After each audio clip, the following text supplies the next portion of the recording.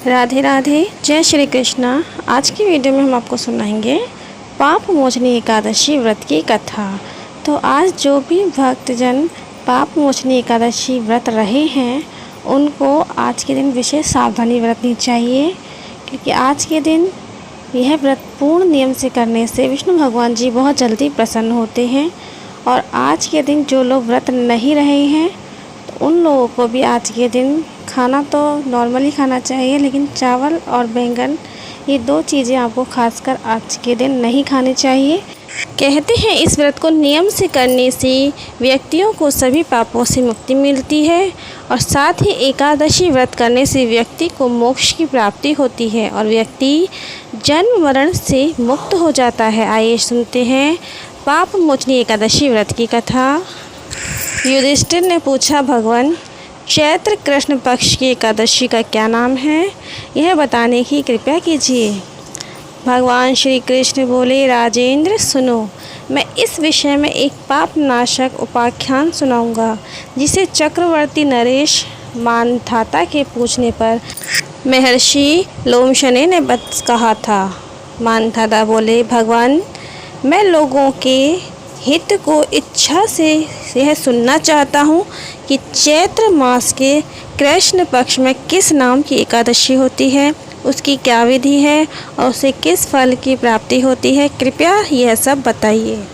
लोमश जी बोले, नरश्रेष्ठ, पूर्व काल की बात है।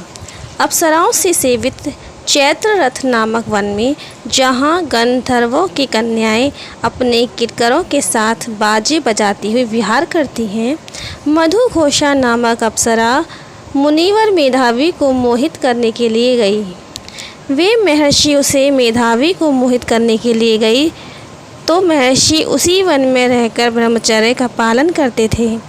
मंजू घोषा मुनि के मह से आश्रम से एक कोस दूर ही ठहर गई और सुंदर ढंग से वीणा बजाती हुई मधुर गाने गाने लगी। सुनी श्रेष्ठ मेधावी घूमते हुए उधर जा निकले और उस सुंदरी अप्सरा को इस प्रकार गान करते देख सेना सहित कामदेव से परास्त होकर बरबस मोह के वशीभूत हो गए। मुनि की ऐसी अवस्था देख मनोघोषा उनके समीप आई और वीणा नीचे रखकर उनका आलिंगन करने लगी। मेधावी उनके साथ रमण करने लगे। कामवश रमण करते हुए उन्हें रात और दिन का भी भान न रहा। इस प्रकार मुनि जनोचित सदाचार का लोप करके अप्सरा के साथ रमण करते उन्हें बहुत दिन व्यतीत हो गए। मनोघोषा देवलोक में जाने को तैयार हुई। जाते समय उसने मुनि श्रेष्ठ मेधावी से कहा, ब्राह्मण अब मुझे अपने देश जाने की आज्ञा दीजिए। मेधावी बोले, देवी जब तक सवेरे की संध्या ना हो जाए तब तक मेरे साथ ही रहो। अप्सरा ने कहा, विप्रवर अब तक ना जाने कितनी संध्या चली गई, मुझ पर कृपया करके बीते हुए समय का विचार तो कीजिए। लोमश जी कहते हैं, राजन अप्सरा की बात सुनकर मेधावी के नेत्र आश्चर्य से चकित हो गए। उस समय उन्होंने बीते हुए समय का हिसाब लगाया तो मालूम हुआ कि उनके साथ रहते 57 वर्ष हो गए। उसे अपनी तपस्या का विनाश करने वाली जानकर मुनि को उस पर बड़ा क्रोध आया।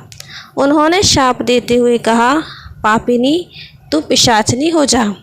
मुनि के शाप से दग्ध होकर वह विनय से नतमस्तक बोली, विप्रवर मेरे शाप का उद्धार कीजिए।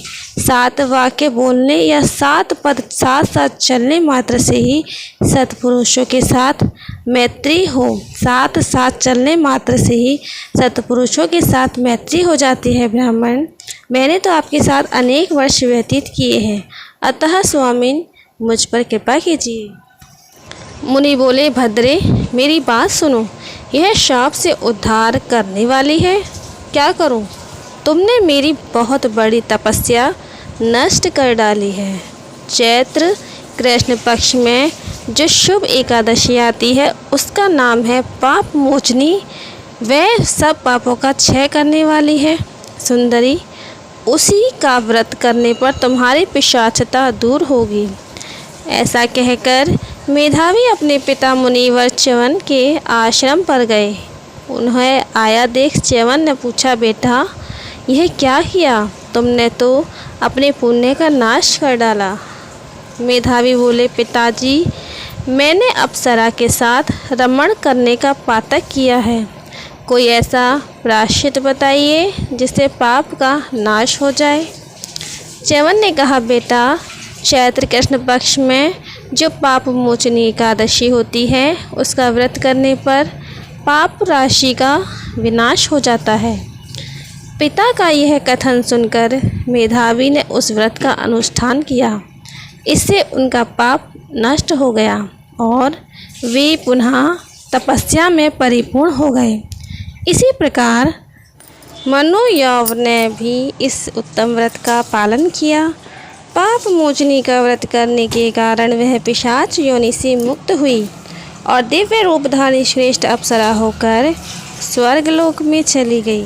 राजन, जो श्रेष्ठ मनुष्य पाप मोचनी एकादशी का व्रत करते हैं उनका सारा पाप नष्ट हो जाता है। इसको पढ़ने और सुनने से सहस्त्र गोदान का फल मिलता है।